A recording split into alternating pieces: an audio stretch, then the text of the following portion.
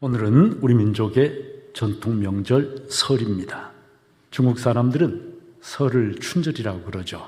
그리고 우리나라 사람들도 설을 참 이렇게 귀하게 참 지키지만 중국 사람들은 정말 춘절을 1년 중 최대 명절로 생각하고 그 중국 대륙 전체가 움직이는 것 같아요.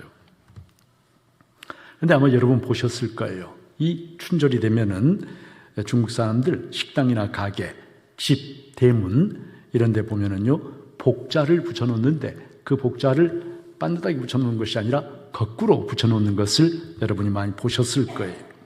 왜 복자를 거꾸로 붙여놓는 것일까?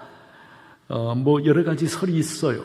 하늘에서 복이 떨어진다, 내려온다 이렇게 생각해서 복자를 거꾸로 하늘에서 내려오는 그런 방향으로 해서 붙여놓는다 이런 설도 있는데 일반적인 해석은 이렇다고 합니다.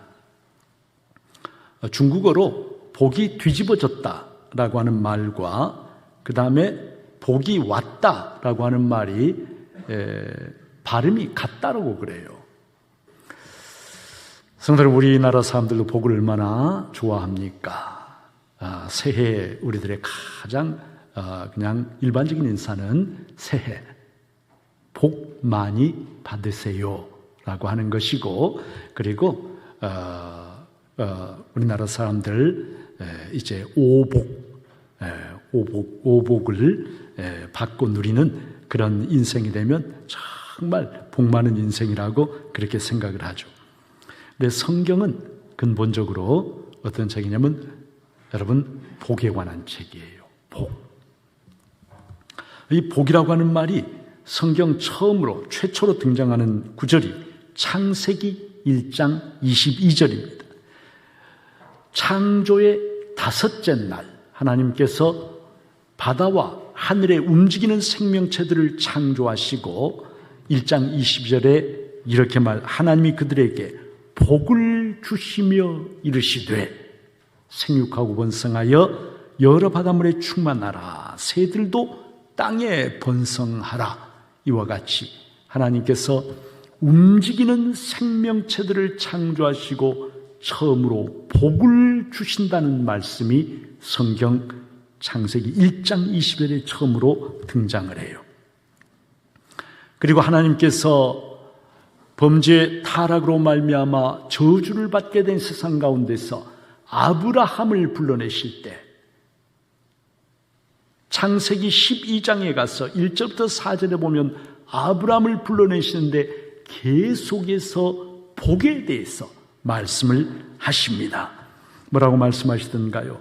내가 너로 큰 민족을 이루고 내게 복을 주어 내 이름을 창대하게 하리니 너는 복이 될지라. 땅의 모든 족속이 너로 말미암아 복을 얻을 것이니라 말씀을 하십니다. 하나님께서 저주의 세계에서 구원의 역사를 시작하시면서 아브라함을 어디로 불러내신 거죠? 복의 세계로. 저주의 세계로부터 복의 세계로 아브라함을 선택하고 불러내셔서 구원하셨어요. 복의 세계로 불러내셨어요. 성도 여러분, 주님께서 이 땅에 오셔가지고 천국 복음을 전파하실 때 산상수훈 첫 설교가 무슨 설교인지 여러분 다 아시죠? 무슨 설교? 팔복의 설교였어요. 심령이 가난한 자는 복이 있나니 천국이 저희 것이며 이렇게 시작하시는 8가지의 참된 복에 대한 말씀으로 우리 주님은 천국 복음 사역을 시작하셨습니다. 그리고 여러분, 성경의 제일 마지막 책이 요한계시록이고 요한계시록의 제일 마지막 장이 22장이에요. 그런데 22장에 보면 여기서도 복에 대해서 말씀을 하십니다. 뭐라고 말씀하시냐면 이 두루마리에 예언의 말씀을 지키는 자는 복이 있으리라. 또 자기 두루마기를 빠는 자들은 복이 있다 말씀하세요. 자기 두루마기를 빨아요. 어디에? 어린 양의 보혈에, 예수님의 십자가 보혈에 나의 더러운 의복을, 두루마기를 거기에 빨아서 하얗게 한 사람은 복이 있다. 이 사람은 천국의 혼인잔치에 들어가게 된다라고 말씀을 하시는 거예요. 그래서 여러분 어떻습니까? 창세기 1장에서 복을 주시는 하나님으로부터 시작을 해서 요한계시록 마지막 22장, 두루마기를 빠는 자들은 복이 있다라고 하는 이 말씀으로 성경 전체의 드라마가 여러분 시작되고 끝이 나게 돼요. 그러니까 성경은 복 주신 하나님부터 시작해서 주님 오셔가지고 참된 복이 무엇인가를 가르쳐 주시고, 그리고 마지막에 어린 양의 보혈에 자기 두루마기를 빠는 자들은 복이 있다는 이 말씀으로 구원의 장대한 드라마가 끝이 나게 된다는 것이죠. 성도 여러분, 오늘 시편 1편은 시편 150편 전체가 요약된 것이라고 할 수가 있어요. 그리고 시편을 우리가 이해하기 위해서 들어가는 문이라고 할 수가 있습니다. 시편을 여는 문이 시편 1편이다 라고 하는 거예요. 이 시편은요, 율법, 우리가 율법을 히브리어로 토라라고 하는데 이 율법과 아주 긴밀한 관계를 가지고 있어요. 성경의 하나님은 복을 주시는 하나님, 그리고 오늘 시편 1편 1절 복 있는 사람은, 복이 있는 사람, 복을 주신 하나님과 복이 있는 사람, 이 사이에 무엇이 있느냐, 어떻게 하나님이 주시는 복을 받아 누리는 복이 있는 삶이 되느냐라고 할 때 가장 중요한 것이 바로 말씀이에요. 오늘 이 시편 1편의 용어로 치자면 율법, 토라, 말씀, 말씀이 바로 우리가 복의 문으로 들어가는 가장 중요한 열쇠가 된다는 거예요. 1절은 먼저 복 있는 사람은 악인들, 죄인들, 오만한 자들이 아니라고 말씀을 하십니다. 그런데 우리 성도님들이 아주 잘 아셔야 될 것이 있어요.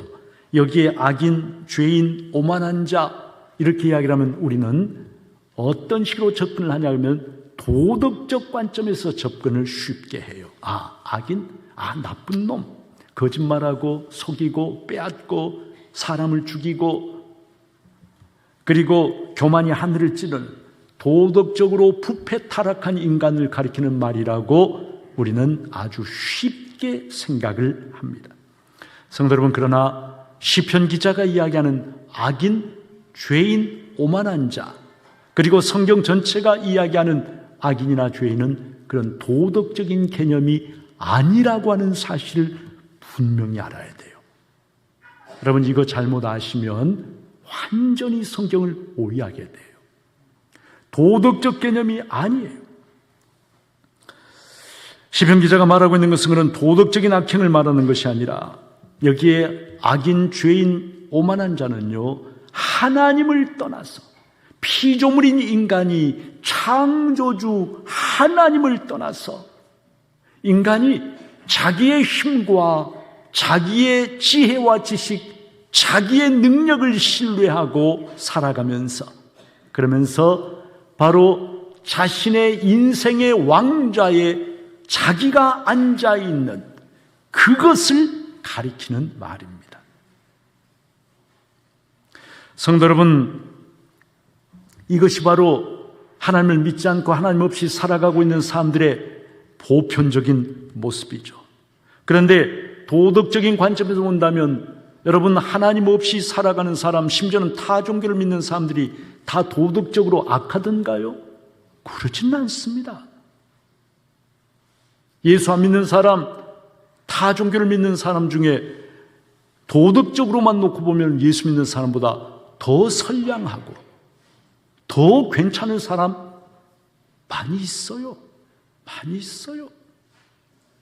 그런데 성경은 복 있는 사람, 진짜로 복 있는 사람은 어떻게 하는가를 우리들에게 분명하게 일러주시죠. 바로 2절, 우리 같이 한번 2절 말씀을 같이 읽습니다. 읽습니다. 시작. 오직 여호와의 율법을 즐거워하여 그의 율법을 주야로 묵상하는 도다. 율법, 하나님의 말씀을 즐거워하여. 성도 여러분, 여기에서 우리가 정말 유념해야 할 말씀이 이 말씀이에요. 하나님의 말씀을 즐거워한다. 즐거워한다.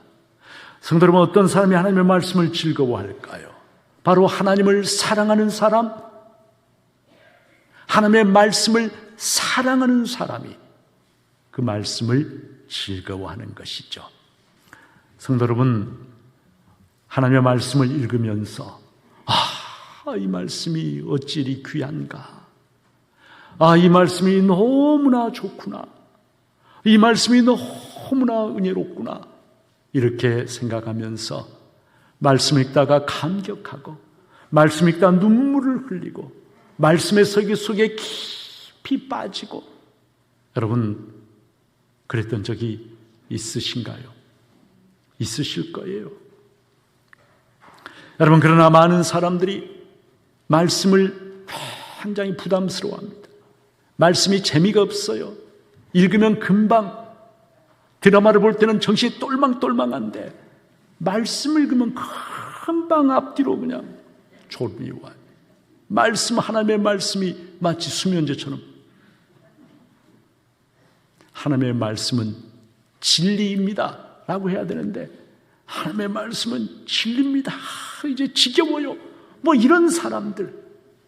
성도 여러분, 시편 기자가 지금 말하고 있는 것은 종교적인 어떤 의무감 때문에 할 수 없이 성경을 읽거나 부담스러워하고 지루해하고 재미없어하고 그저 주일날 설교나 들으면 되지, 이렇게 살아가는 사람이 아니라 이 하나님의 말씀이 너무 좋아서, 이 말씀 속에 담겨있는 구원의 진리와 영생의 소망과 이 말씀 속에 담겨있는 하나님의 능력과 지혜, 이 모든 것이 너무너무 좋아서 이 말씀을 즐거워하는, 다른 어떤 것보다도 이 말씀이 좋아서 말씀을 틈만 나면 말씀을 가까이 하고 말씀을 읽으면서 은혜를 받고 가슴 속에 하나님의 은혜가 젖어드는 그런 사람, 주야로 그 말씀을 묵상하는 사람, 나지막하게 소리를 내어 읊조리면서,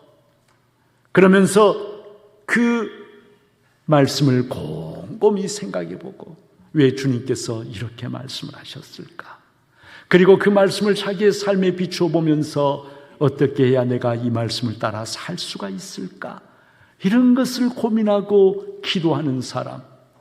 성도 여러분, 지금 시편 1편이 말씀하시는 것은 그런 사람이 복이 있다라고 말씀을 하시는 것이죠. 성도 여러분, 우리가 어느 때 이렇게 말씀을 즐거워하는 자리에 들어갈 수 있을까요? 논에 보면 그런 말씀이 있죠. 아는 것은 좋아하는 것만 갖지 못하고 좋아하는 것은 즐기는 것만 갖지 못하다. 지지자 불려 호지자, 호지자 불려 락지자. 성도 여러분, 성경에 대한 많은 지식을 갖는 것 중요하죠. 그러나 공자의 말씀에 따르면 성경을 많이 아는 것보다 더 중요한 것이 뭡니까? 말씀을 좋아하는 것. 그리고 말씀을 좋아하는 것보다 더 높은 차원의 영성이 뭐냐면 하나님의 말씀을 즐거워하는 거예요. 너무 좋구나, 하나님의 말씀이. 말씀을 들을 때마다 은혜의 세계 속으로 잠기는. 성도 여러분, 2023년 우리 중부교회 성도들이 하나님의 말씀을 즐거워하는 복 있는 삶의 자리에 다 들어가시기를 주님의 이름으로 축복합니다. 시편 기자는 하나님의 말씀을 즐거워하는 복이 있는 사람과 그렇지 않은 하나님을 떠나 살고 있는 악인의 삶을 나무와 겨, 이 두 가지로 선명하게 대비해서 우리들에게 말씀합니다.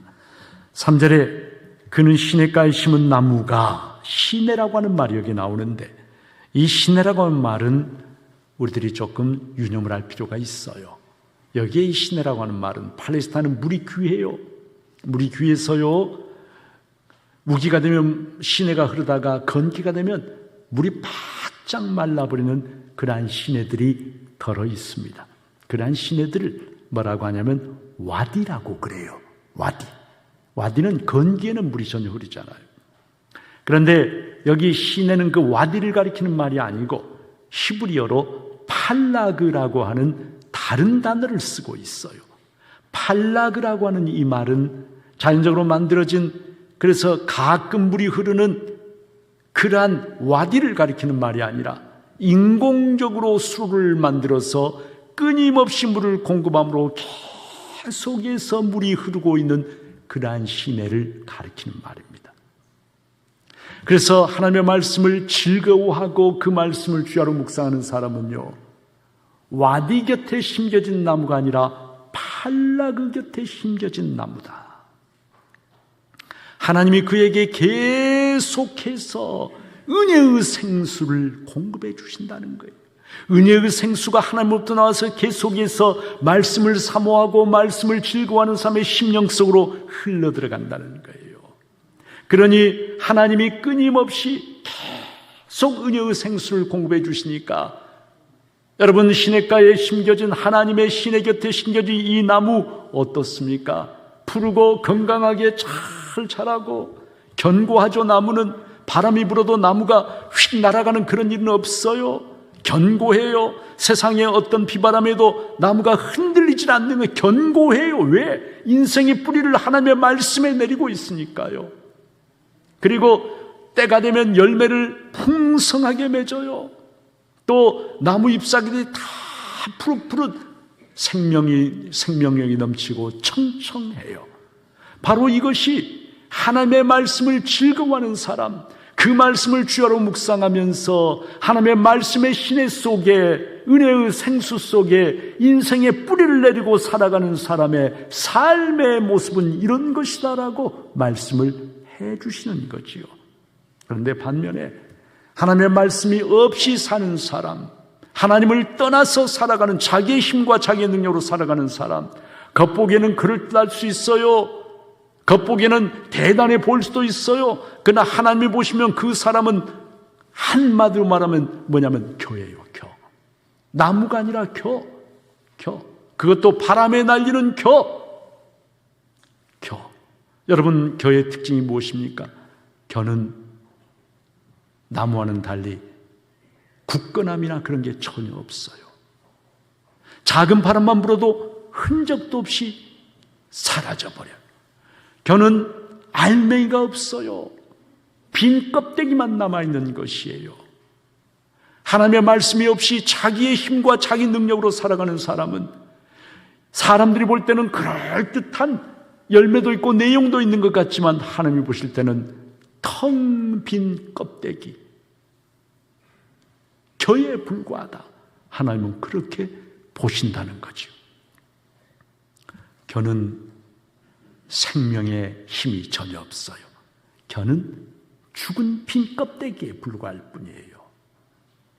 하나님의 말씀에 뿌리를 내리고 살아가는 사람과 하나님의 말씀 없이 자신의 힘과 자신의 지식을 가지고 살아가는 사람의 모습이 시냇가에 심겨진 나무와 바람에 흘려 날아다니는 겨와 같이 너무나 다른데, 너무나 대조적인데, 너무나 선명하게 대비가 되는데, 성도 여러분, 어떤 삶을 살아야 할 것인지가 너무 분명하지 않겠습니까? 5절에 보니까 그러므로 악인들은 심판을 견디지 못한다라고 말씀을 하십니다. 심판이라고 하는 이 말, 미슈파트라고 하는 말인데, 이 미슈파트라고 하는 말은 두 가지입니다. 공의라고 하는 의미도 있고 심판이라고 하는 의미도 있어요. 성도 여러분, 평시에는 의인과 악인이, 복 있는 사람과 하나님 없이 살아가는 사람이 별로 구별이 안 되는 것처럼 보일 수 있어요. 아니, 도리어 하나님 없이 사는 사람이 더 득세하고, 그리고 더 잘되고, 더 형통하고, 더 성공한 것처럼 보일 수도 있어요. 그런데 성도 여러분, 나무와 겨가 나누어지는 때가 반드시 옵니다. 염소와 양이 나누어지는 때가 반드시 옵니다. 그때가 언제입니까? 바로 하나님의 심판의 때입니다. 하나님의 미슈파트, 하나님의 공의. 성도 여러분, 세상에도 정의라고 하는 것이 있지만 세상의 정의라고 하는 것은 절대적인 정의가 아니고, 세상의 정의는 강자 앞에서는 약해지고 약자 앞에서는 강해지는 그러한 왜곡된 잘못된 것일 때가 너무너무 많아요. 그래서 세상에는 억울한 사람들이 너무너무 많은 거예요. 악인은요, 사람의 정의는 피해갈 수 있을지 모르지만 하나님의 미슈파트, 공의는 절대로 피해갈 수가 없다는 거예요. 그래서 하나님의 공의 앞에 견디지를 못한다는 것이에요. 하나님의 심판대 앞에 설 수가 없다는 것이에요. 바로 악인의 허망함과 악인의 불의가 드러나는 그러한 때가 반드시 온다라고 하는 것을 말씀합니다. 노자 도덕경에 보면은 그런 말이 있죠. 천망회회 소이불루. 천망회회. 천망, 하늘의 그물은 회회. 아주 엉성한 것 같고 성겨가지고 크고 성겨가지고 다 빠져나가 버릴 것 같지만은 소이불루. 아무것도 하늘의 그물을 빠져나가지 못한다라고 말합니다. 성도 여러분, 바로 하나님의 심판이 그렇다라고 하는 것을 성경이 말씀을 해 주십니다. 그래서 악인들은 심판을 견디지 못하며 이렇게 말씀을 하시는 거예요. 무릇 의인들의 길은 여호와께서 인정하시나 악인들의 길은 망하리로다. 여기에 망한단 말이 토베드라고 하는 말이에요. 시편 1편이 성도 여러분 어떻게, 시편 1편은 아슈레 하이쉬라고 하는 말로 시작을 해요. 아슈레, 복이 있다. 하이쉬, 그 사람은. 그리고 마지막은 토베드, 멸망한다. 복과 멸망으로 하나님의 말씀을 사모하고 즐거워하는 사람과 하나님 없이 살아가는 사람의 결말, 이 두 가지를 딱 대비를 시켜주면서 우리들에게 하나님의 말씀을 사모하고 하나님의 말씀에 따라가는 이러한 삶을 살도록 시편의 문을 열어주는데, 성도 여러분, 바로 이 하나님의 말씀을 따라가는, 즐거워하며 따라가는 이 삶이 복 있는 사람의 삶이다. 이것을 말씀을 해 주십니다. 2023년 우리들이 예수 믿는 사람으로서 어떻게 살아야 하겠습니까? 2023년 새해 우리 중부의 모든 성도님들이 다른 어떤 것보다도 하나님의 말씀을 즐거워하는, 그 말씀을 끊임없이 읽고 묵상하는, 그리고 그 말씀에 순종하는 삶을 살 때 우리 중부의 모든 성도들이 복 있는 성도들이 되고, 그리고 우리 중부교회가 복 있는 자들의 공동체가 될 줄로 믿습니다. 바라기는 새해에는 우리가 더 하나님의 말씀을 즐거워하고 사모하는 복 있는 삶들로 살아가는 한 해가 되어지기를 주님의 이름으로 축복합니다.